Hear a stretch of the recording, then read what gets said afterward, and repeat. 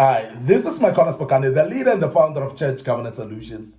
And today we're developing a ministry mission statement. And I want us to speak about developing a ministry mission statement and how to do that.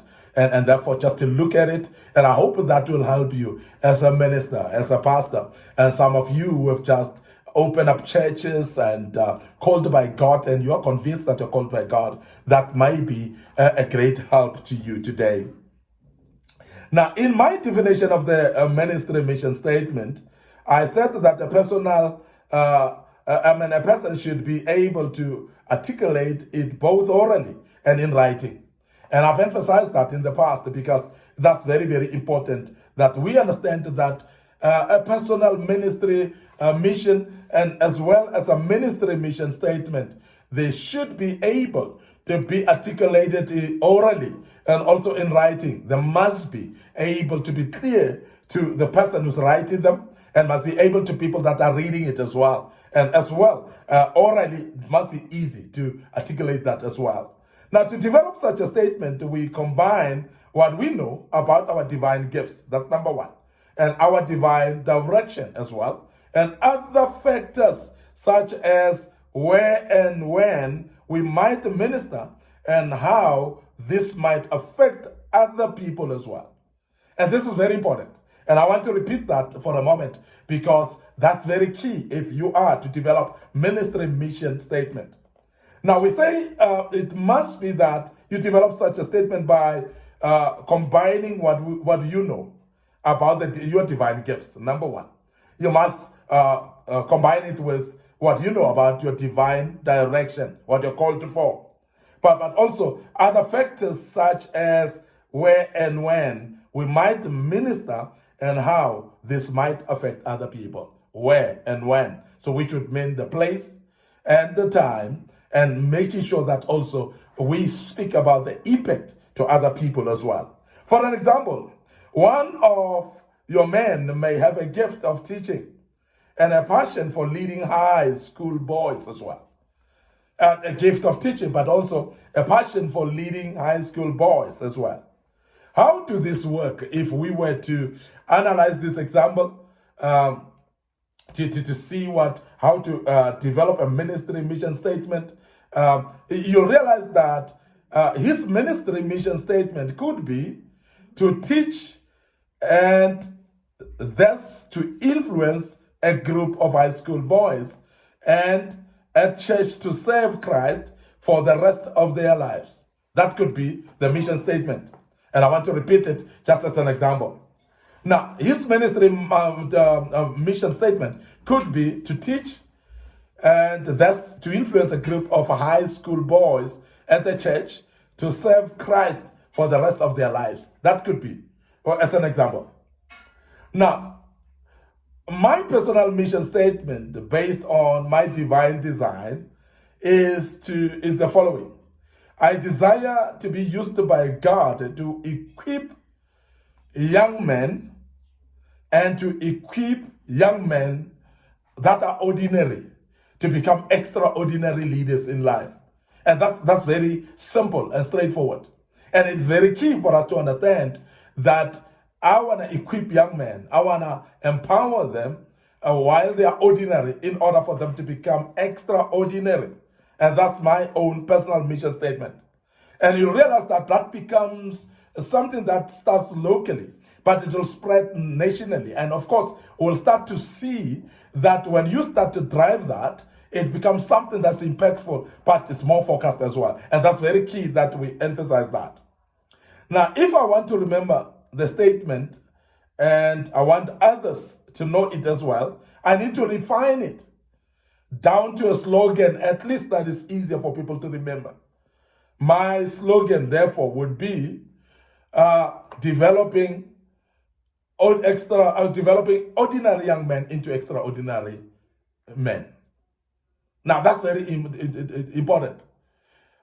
Developing ordinary young men into extraordinary young men, extraordinary men. And that's very powerful. Then it becomes a slogan. It becomes more meaningful as well. Because it is very important that it becomes short and precise. It is very important that it becomes more impactful as well. And it's very important that it becomes catchy in a way that everybody that goes through it would remember and they would actually comprehend what you mean by what you do. Now, there are very numerous also biblical examples that I thought I should go through them so that it may help you as you construct yours in your life. Biblical examples would be very, very important for you to look at. For an example, if we are to look at Adam and Eve, what was their mission statement in life? Was to be fruitful, to fill the earth, and then to rule over it. All right, I want to repeat that as well. And that's found in the book of Genesis, chapter 1, verse 28. It actually summarizes the mission statement of Adam and Eve. What was it? We say it was to be fruitful, to fill the earth, and then to rule over it.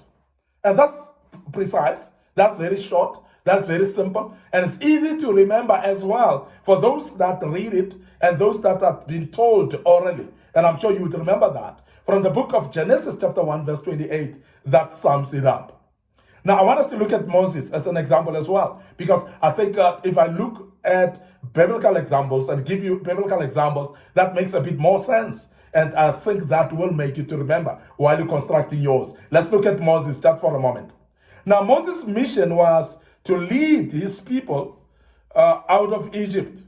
To lead God's people out of Egypt. Is it simple enough? Yes, it is. And it is something that we need to remember, that the mission statement should not be difficult. It should not be something that's more than a sentence, because it must be something that's brief, precise, something that can be remembered as well. And Moses' mission, we realize that it is short enough, and it's found in the book of Exodus chapter 3, verse 10. If you read the book of Exodus chapter 3, verse 10, you'll find Moses' mission statement. And what does it do? It actually summarizes it easily for you to remember, and it doesn't make it difficult for anybody to go through it or anybody to remember it as well. And that's very key, that you don't forget it.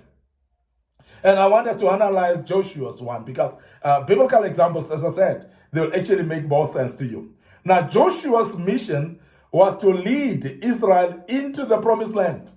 Is it that simple? Yes. Because if we remember in the book of Joshua, chapter 1, and you look at verse 2, the Bible tells us that God's mission, Joshua's mission was given by God himself, when he said to him, "My servant Moses is dead. But now arise, Joshua, and lead my people across this Jordan." And that's very important, because his main purpose as well, or his main calling, was basically to cross the Israelites into the promised land, was to lead them into the promised land. That is mission, and it's as easy as that, and it cannot be complicated more than that. Now, it is less than a sentence, very easy to remember, and I think you also should actually discover that which God called you to do, so that you can remember that mission statement and make use of that. Orally, it must be articulated. It must also be easy to write and be written down, written down for everyone to be able to read and be able to comprehend it as well. And that's very simple. I want us to look at David's mission, and that is simple and easy as well. David's mission was to shepherd and rule over Israel. It was to shepherd and rule over Israel. 2 Samuel chapter 5, verse 2, and 2 Samuel chapter 7, verse 8 articulate David's mission. It makes it that easy, and it's not difficult as well. He was supposed to shepherd the children of Israel and rule them. And that is the reason why you see also his passion was in shepherding. He was a shepherd boy. And he realized that he had capabilities to do that. But God called him to shepherd the people, not animals. And therefore he shepherded the Israelites and ruled them. That was the purpose. And therefore it was the mission that God called him to do. And I want to emphasize that that is very important for you to remember that. Very short, brief, and concise, and very easy to remember as well. But let's look at Nehemiah. And Nehemiah would be a biblical example that's very simple as well. Now, Nehemiah's mission statement was to rebuild the walls of Jerusalem. You look at that in the book of Nehemiah chapter 2. If you read 17 and 18, you realize that that was his mission. That was his calling, was to rebuild the walls, because the ruined walls of Jerusalem, the broken walls of Jerusalem, God assigned Nehemiah to rebuild them. And that became his mission. That became his impact. And I want us to realize that as we give these biblical examples, there's nobody who is actually having a mission statement that is like another. There's no one who's actually given the mission statement that is the same like the other. Everyone, according to our different craft and design, according to who we are, according to God, assignment and calling upon our lives, yes, we've got all those different mission statements, and therefore I want to emphasize that we need to deliver to those mission statements because they are different from one person to another. We are unique. We are not the same, and that's the reason why, as an individual, you should actually see that. Nehemiah's one was very simple as well. I want us to look at Jesus' mission statement because the one of Jesus is very important as well, that we know Jesus' mission statement. Now, Jesus' mission was not to be served, but to serve and to give his life as a ransom for the humankind. And I want us to realize that. It was not to be served. It was not for him, for the disciples to serve him. It was him to serve, and also to serve as a ransom, to serve as an atonement, as a payment for human sins, for the sins of humankind. So that's very important. In the book of Matthew chapter 20, if you read verse 28, you'll realize that. And also Mark chapter 10, verse 45. That's an example of the mission statement of Jesus. And that will help you to clarify when you have not known what the mission of Jesus was. But I want us to look at the mission of Paul, and then outline it a little bit before I close.